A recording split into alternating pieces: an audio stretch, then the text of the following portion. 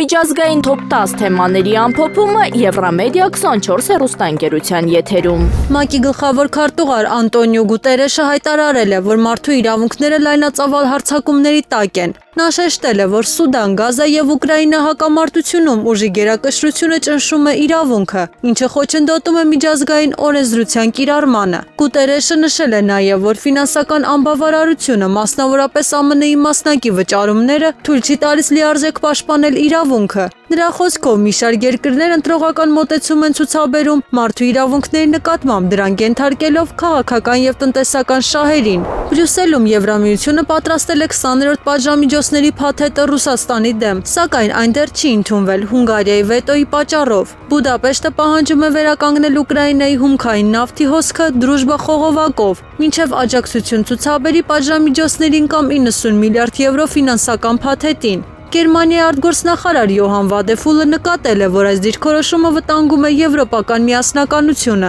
Վերլուծաբանները ընդգծել են, որ Հունգարիան փորձում է ներքին քաղաքական շահերը օգտագործել ամրապնդելու ռուսամետ տրամադրությունները։ Չինաստանի առևտրի նախարարությունը հայտարարել է, որ ուսումնասիրում է ԱՄՆ բարձրագույն դատարանի որոշումը, որը անվավեր է ճանաչել Դոնալդ Թրամփի սահմանած սակագները։ Պեկինը մեղադրել է Միացյալ Նահանգներին միակողմանի մոտեցման մեջ եւ նշել, որ դա վնասում է երկկողմանի առևտրային հարաբերություններին։ Թրամփը հայտարարել է նոր մինչև 15% սակագներ բոլոր պետություններից ներմուծվող ապրանքների վրա։ Հարավային Կորեան եւ Հնդկաստանը արտահայտել են իրենց մտահոգությունը, նշելով, որ այս քաղաքականությունը կարող է վնասել արդյունաբերական եւ մատակարարման շղթաներին։ Գերմանիան, Լիտվան եւ Ֆրանսիան քննադատել են Հունգարիայի դիրքորոշումը Ռուսաստանի դեմ պատժամիջոցները կասեցնելու համար։ Եվրամիության դիվանագետները պահանջում են ավելի հստակ քաղաքականություն Մոսկվայի նկատմամբ ճնշումը պահպանելու համար։ Եվրամիության արտաքին քաղաքական ղեկավար Կայա Կալասի խոսքերով համաձայնության հասնելը դժվար է,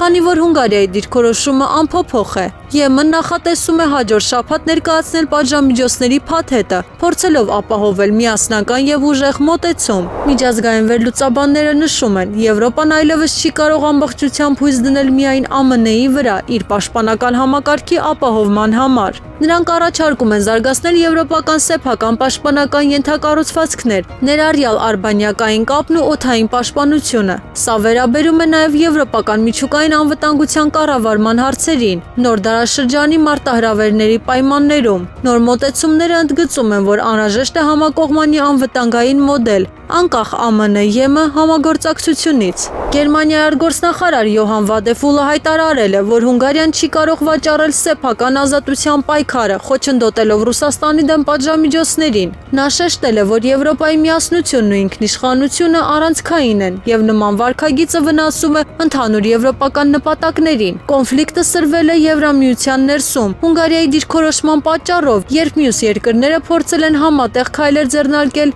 Ռուսաստանի ճնշման դեմ։ Երրորդ կողմերն էլ կոչ են արել պահպանել ընդհանուր համերաշխությունը։ ԵՄ-ի պատժամիջոցների փաթեթի քննարկման ընթացքում Հարավային Չինաստանն ու Կենտրոնական Եվրոպան ստեղծում են նոր մարտահրավերներ։ Հոնկոնգյան ընդդիմադիրների դատավարությունը, Ֆիլիպինների այցելությունները վիճելի ծովային գոտի եւ ԵՄ-Հունգարիա հակասությունները ցուցադրում են գլոբալ քաղաքական լարվածությունը։ Միջազգային փորձագետները շեշտում են, որ բազմակողմանի դիվանագիտությունը եւ միջազգային իրավունքի շրջանակներում աշխատելը դարձել է ավելի բարդ։ Տասնյակ պետություններ ակտիվ բանակցություններ են վարում ռազմական, տնտեսական եւ իրավական հարթակներում, գլոբալ անվտանգությունը պահպանելու նպատակով։ Եվրոպայում քննարկվում է, արդյոք պետք է հետաձգել ԱՄՆ-ի հետ նոր առևտրային համաձայնագրի վավերացումը Թրամփի հայտարարած 15% համաշխարհային սակագների պատճառով։ Եվրահանձնաժողովը մտահոգված է, որ նոր սակագնային քաղաքականությունը հակասում է նախկին պայմանավորվածություններին եւ կարող է խաթարել բազմամիլիարդանոց առևտրաշրջանառությունը։